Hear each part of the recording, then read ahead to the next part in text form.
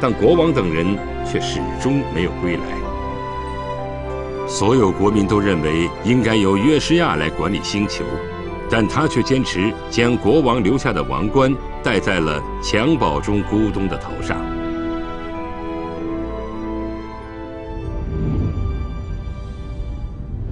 后来战争结束，约书亚很多次派人去找我爸妈，可是什么消息都没有。你爸妈很了不起。当然，所有亚亚罗人都是这么想的。所以刚才的会议真是乱七八糟。没有约书亚大人，这个星球都不知道会被咕咚咕咚陛下变成什么样了。算了，老国王为亚亚罗星球做了这么多，就算是为了报恩吧。反正有约书亚大人来主持，咕咚陛下只是个戴着王冠的摆设而已。不管他们表面上有多尊敬我，其实都是因为我爸妈。而且连我爸出发前都是希望约书亚来做国王。如果我不能做出和他一样伟大的事，那这个就只是留给我的玩具而已了。终于有一天，宇宙中著名的炼丹师嫦娥来到亚亚罗，他掌握着精湛的炼丹术，能制造出各种神奇的丹药，包括我在地球上使用的隐身药丸。更让人激动的是，只要有足够的金钱来支持研究，他就能炼出传说中最强的丹药——不死药。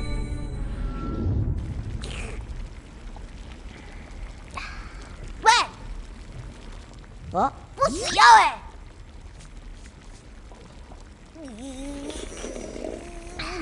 哦，奥罗们呀，听到这么如雷贯耳的东西，你好歹给个反应嘛！好厉害！太假了吧！听起来很可笑嘛。可笑！如果能让所有亚亚罗人都知道不死药，那星球就可以一直繁荣下去，不用担心任何威胁嘞，也不会再有人像我爸妈那样为星球而牺牲了。做到这件事的话，咕咚国王一定会成为亚亚罗历史上最伟大的国王。所以我决定卖掉星球用来空间跳跃的核心装置，用换来的金钱制造不死药。没想到约书亚和国民都不赞成，认为空间跳跃装置可以保护亚亚罗的安全，真是没魄力嘞！只要有了不死药，亚亚罗星球就再也不用在宇宙里东躲西藏嘞。在咕咚国王的亲自支持下，嫦娥开始了不死药的研究。但没想到，这时一支太空海盗舰队来到了亚亚罗。因为不能再进行空间跳跃，约书亚只好带卫队去抵抗海盗。虽然海盗被击退了，但是卫队的损失也很大。这种意外谁都不想嘛，所以我为他们举办了庆功宴来道歉。可是，在宴会上，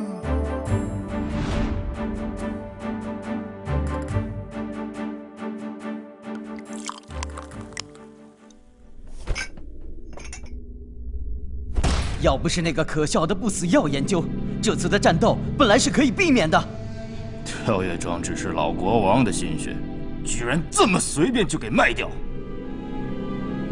身为国王不做事也就算了，怎么能这么胡来？你们是在跟国王说话吗？你做的事情是国王应该做的吗？你真的替人民考虑过吗？太可笑了！不死药的研究才是真正为他们好嘛！他们不但不领情，居然还当作反对我的借口。最过分的是，这次连约书亚都不支持我，坐在旁边一声不吭。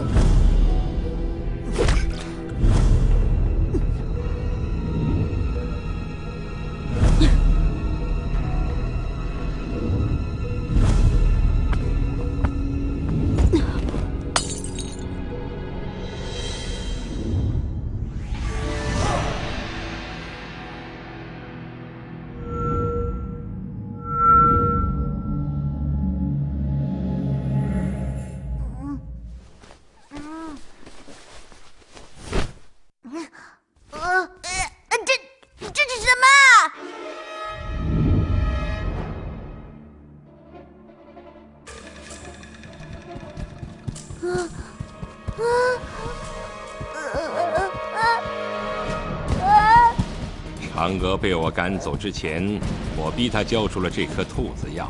她应该在遥远太阳系中的月球上，去那里让她恢复你的人身吧。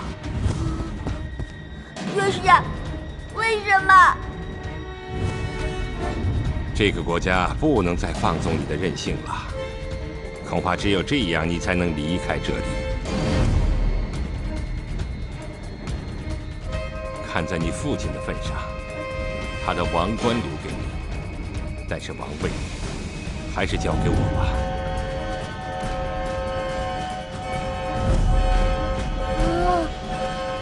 恢复人身以后，不要再回亚亚罗了。不要再回亚亚罗。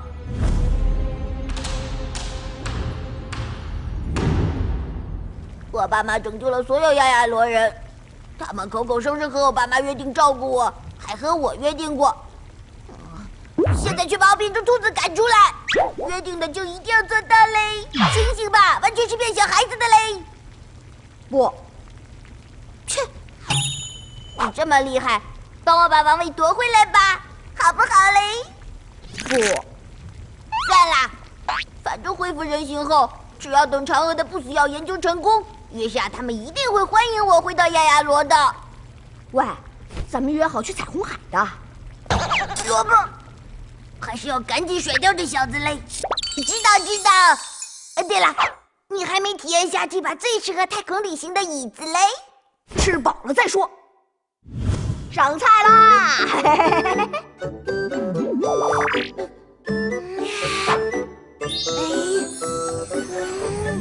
各种配菜的7种香味结合的无懈可击，面粉中的粮食清香就像云里的星星一样闪亮。就算是国王的高雅口味也被打动了。那我就闪光来认真品尝一下吧。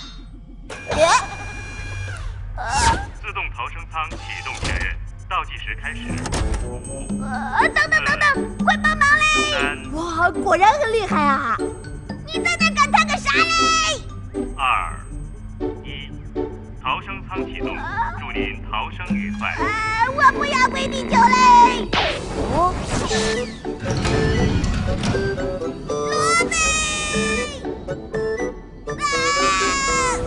哇！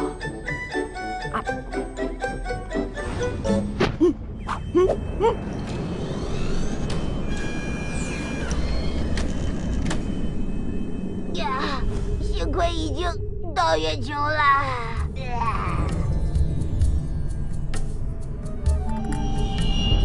真的是咕咚陛下吗？我终于等到你了，终于盼到这一天了。